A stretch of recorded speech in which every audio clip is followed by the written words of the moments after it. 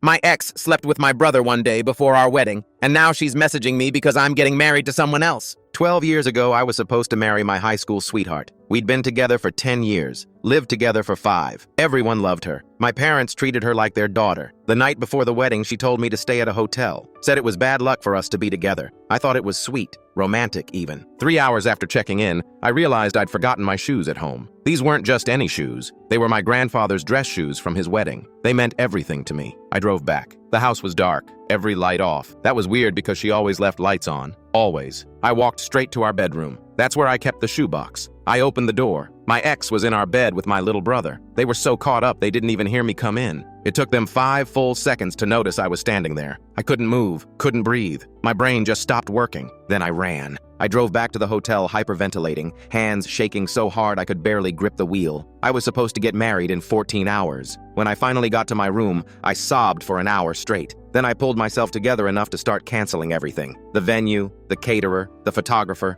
Lost $8,000 that night. Didn't care. She texted me 47 times. I counted. Said she was stressed about the wedding. Said my brother had always been there for her. Said it was just one time to blow off steam. I blocked her. Blocked him too. Called my parents at midnight. Told them everything. They went silent for 30 seconds. Then my dad said, "We'll handle your brother." They cut him off completely. He moved to Europe 3 years later. I've seen him exactly twice since then. Once when she packed her stuff. Once at a party where I left the second I saw her. I spent 2 years in therapy, worked on myself, eventually started dating again. 4 years ago, I met Alexa. She's a kindergarten teacher, loves hiking, makes terrible jokes. She's been cheated on before too, so she understood the trust issues I came in with. She was patient, kind, real. Last month I proposed. She said yes immediately. Everything was perfect. We set the date, sent invitations. I was genuinely happy for the first time in over a decade. Then last Tuesday, exactly 1 week before my wedding, I got a Facebook message from an account I didn't recognize. It was her, my ex. She'd somehow found out about my wedding. The message was long, really long. Said she was devastated to hear I was getting married again.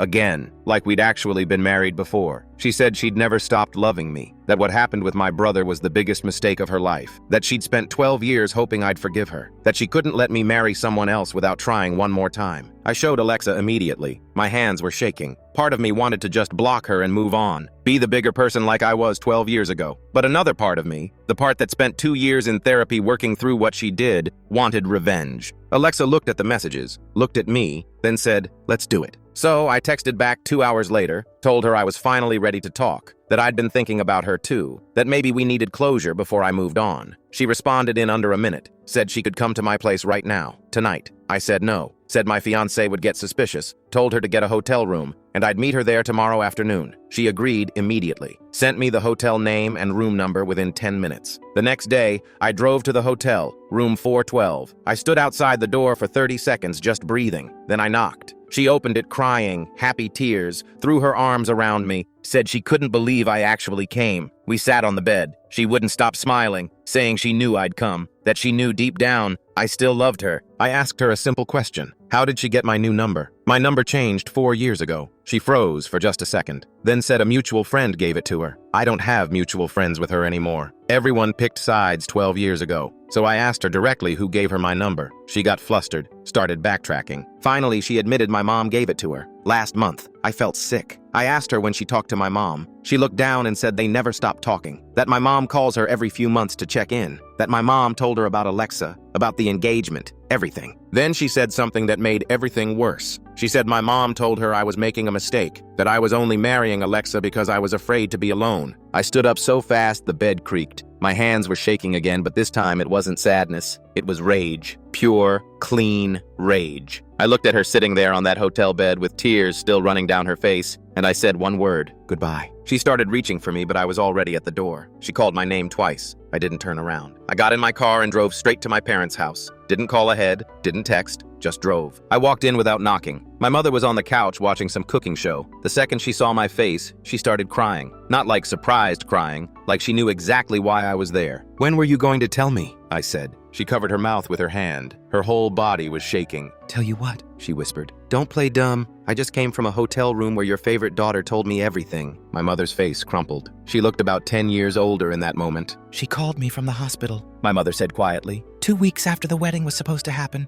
She was having a miscarriage. The room tilted. I grabbed the doorframe to steady myself. What? She didn't have anyone else, my mother continued, wiping her eyes. Your brother was already gone. Her parents wouldn't talk to her. She was alone and bleeding and terrified. So I went. I held her hand through the whole thing. I couldn't speak. My throat had completely closed. She lost the baby at 11 weeks, my mother said. It was awful. She was sobbing so hard she couldn't breathe. I stayed with her for 2 days, and after that, I don't know. I just couldn't abandon her. I've been sending her money every month since then. Not much, just enough to help with bills. You've been paying her for 12 years? I said. My voice didn't sound like mine. She needed help. She destroyed our family. She lost a baby, my mother screamed back. Your baby, my grandchild, and nobody cared except me. I stared at her. Why didn't you tell me? She looked down at her hands. She begged me not to. She said if you knew about the pregnancy, you'd come back out of obligation. She didn't want that. She wanted you to be free. That wasn't her choice to make, I said, and it sure as hell wasn't yours. My father appeared in the doorway. He was holding a dish towel. Must have been doing dishes in the kitchen. He looked between us. What's going on? He asked. My mother's face went white. Ask her about the miscarriage, I said. My father's eyebrows pulled together. What miscarriage? My mother started crying harder. I was going to tell you. Tell me what? My father said. His voice had gone very quiet. She was pregnant, my mother whispered. 2 weeks after the wedding fell apart, she had a miscarriage. I went to the hospital. I've been helping her since then. My father's face didn't move. He just stood there holding that dish towel like it was the only real thing in the room. You never told me, he said.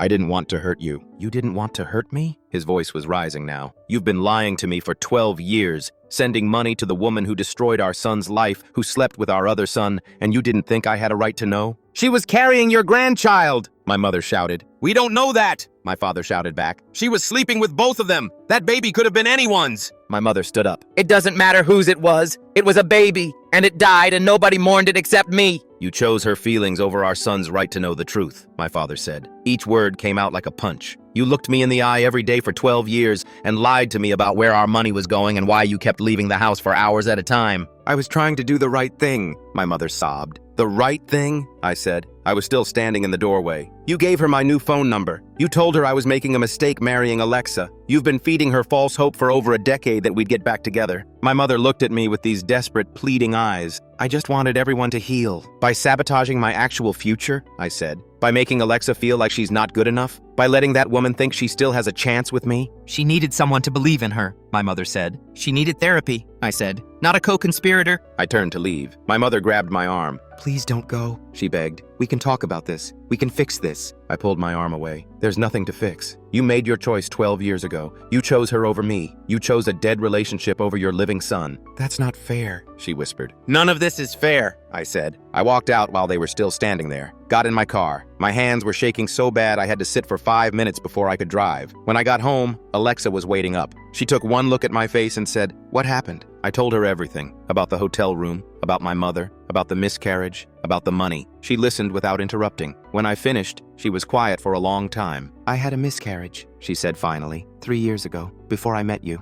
I reached for her hand. I understand how grief can make people irrational, she continued. I really do. But your mother didn't just grieve. She crossed into sabotage the second she gave your ex your number and told her you were making a mistake marrying me. I know, I said. What are you going to do? She asked. I looked at her, at this woman who'd been patient with me, who'd understood my trust issues, who'd stayed when my entire past exploded in front of her. I'm going to call my mother, I said, and I'm going to tell her she's not coming to our wedding. Alexa nodded. Okay. I called at midnight. My mother answered on the first ring like she'd been waiting by the phone. Hello? Her voice was small. You can't come to the wedding, I said. She started crying immediately. Please don't do this. I'll stay away from her, I promise. I just want to see you get married. You lost that right when you prioritized a dead relationship over my living one, I said. You spent 12 years playing God with everyone's lives. You kept secrets. You manipulated people. You lied to Dad. You sabotaged my engagement. I'm done. She needed me, my mother sobbed. When nobody else cared, she needed me. I needed you, I said, and you picked her. I hung up. 10 minutes later, my father called. I'm moving into a hotel, he said without preamble. I can't look at her right now. I don't know who she is anymore. I'm sorry, I said. Don't be, he said. This isn't your fault. This is all hers. He hung up.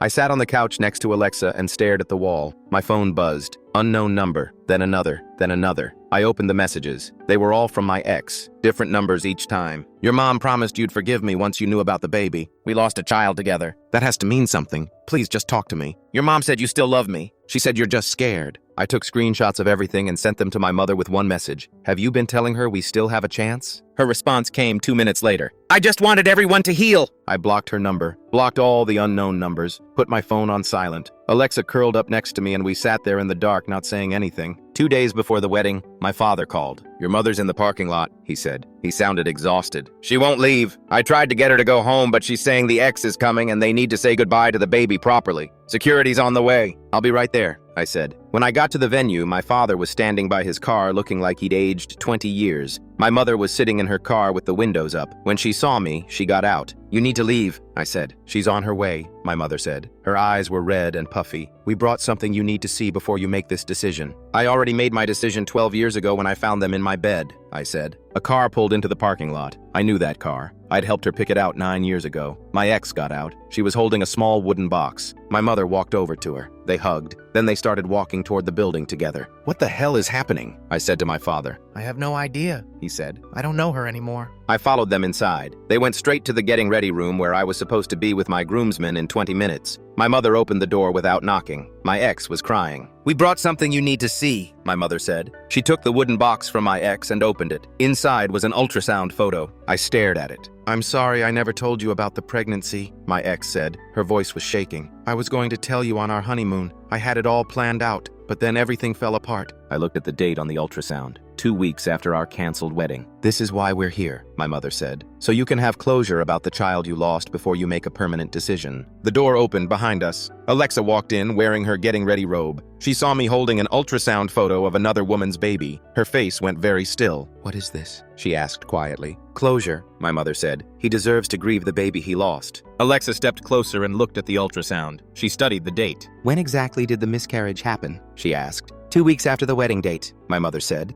Alexa's eyes narrowed. So that means she got pregnant at least a month before the wedding was supposed to happen. Nobody said anything. Which means, Alexa continued, her voice getting sharper, she was already sleeping with his brother while pregnant. My ex's face crumpled. I don't know whose baby it was, she whispered. The room went silent. What? I said. I'd been sleeping with both of you, she said. She was sobbing now. For 3 months before the wedding. I don't know if it was yours or his. My mother's face went white. That doesn't matter. The baby could have been his. That's what counts. Are you insane? I said. She was cheating on me for 3 months, got pregnant, had no idea who the father was, and you think I should what? Grieve a baby that probably wasn't even mine? It could have been yours, my mother insisted. The door opened again. Everyone turned. A man stood in the doorway. Tall, dark hair, same eyes as me, my brother. He looked exactly like he did 12 years ago, maybe a little older around the eyes. He was wearing jeans and a jacket that looked expensive. What are you doing here? I said. Mom called me yesterday, he said. His voice was flat. Begged me to come home and stop the wedding.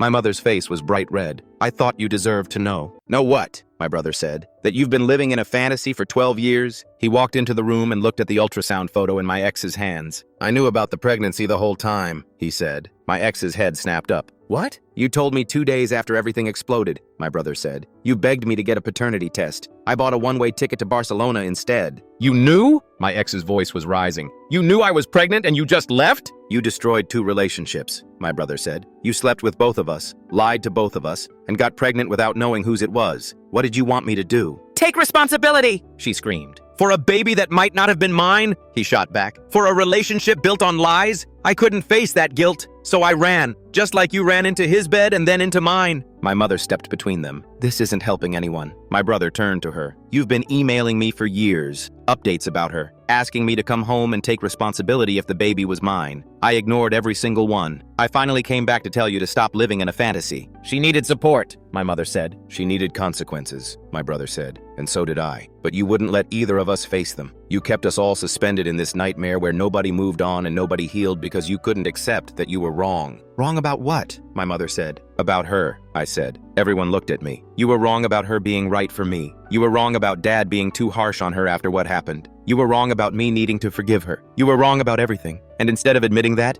you spent 12 years trying to rewrite history. My mother started crying. I just wanted to help. You wanted to not be wrong, I said. You couldn't stand that the woman you treated like a daughter turned out to be a liar. So you kept her in your life and told yourself you were being compassionate when really you were just protecting your ego. That's not true, she whispered. Then why didn't you tell Dad? I asked. Why did you hide the pregnancy, the miscarriage, the money? Because you knew he'd tell you to stop. You knew everyone would tell you to stop, so you lied to all of us and kept playing house with my ex while my actual life fell apart. My father stepped forward. He'd been standing in the doorway this whole time, just watching. I'm filing for divorce, he said. My mother's knees buckled. My brother caught her before she hit the ground. You don't mean that, She said. I married someone I don't recognize, my father said. His voice was calm, almost gentle. The woman I married wouldn't lie to me for 12 years. She wouldn't betray our son's trust. She wouldn't manipulate people's lives like chess pieces. I don't know who you are anymore. Please, my mother begged. I made mistakes, but we can fix this. No, my father said. We can't. Security appeared in the doorway, 2 guys in black polos. We got a call about a disturbance? These 2 need to leave, I said, pointing at my mother and my ex. My mother grabbed my arm. Please don't do this. I'm your mother. I love you. You love the idea of me more than you loved me, I said. I pulled my arm away. You loved the fantasy of fixing what went wrong more than you respected my right to move on. Security stepped forward. My mother started screaming. You're all abandoning me. I was trying to help. I was trying to do the right thing.